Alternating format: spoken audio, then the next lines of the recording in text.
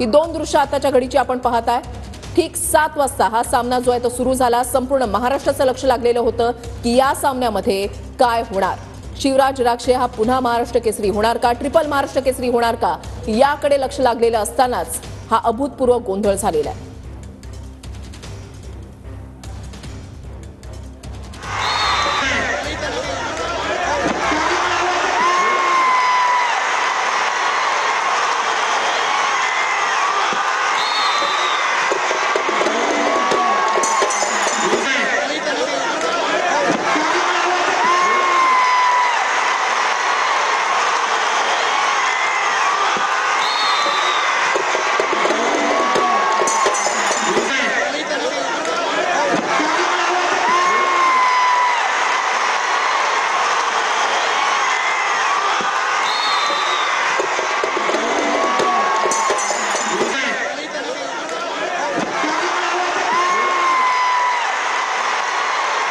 आक्षेप आहे तुमचा, काय सांगा?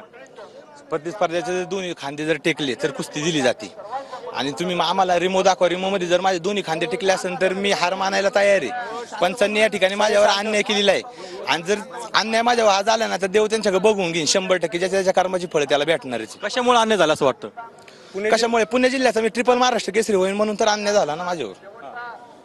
पण तुम्ही ज्यावेळेला पंच होते ते पंचांवर तुम्ही लात मारलेले आहेत, त्यांनी निर्णयच खोटा दिला तर पंचांचा जर ऑब्जेक्शन टाकलं, पंचांचं काम आहे की बाबा सर्वांनीच निर्णय घ्यायचा की रिमो बघून आणि मग निर्णय द्यायचा असतोय। रिमो तुम्ही बघितलं नाही, डायरेक्ट तुम्ही रेड विन दाखवलाय आणि डायरेक्ट त्याचा हात वर झालाय म्हणल्यावर मग काय करणार आम्ही?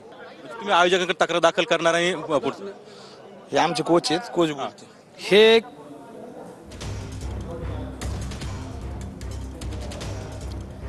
तर शिवराज राक्षेचं नेमकं म्हणणं काय आहे, त्यांच्या कोचचं नेमकं म्हणणं काय आहे ते आपण या ठिकाणी TV9 मराठीवर पाहिलेलं आहे।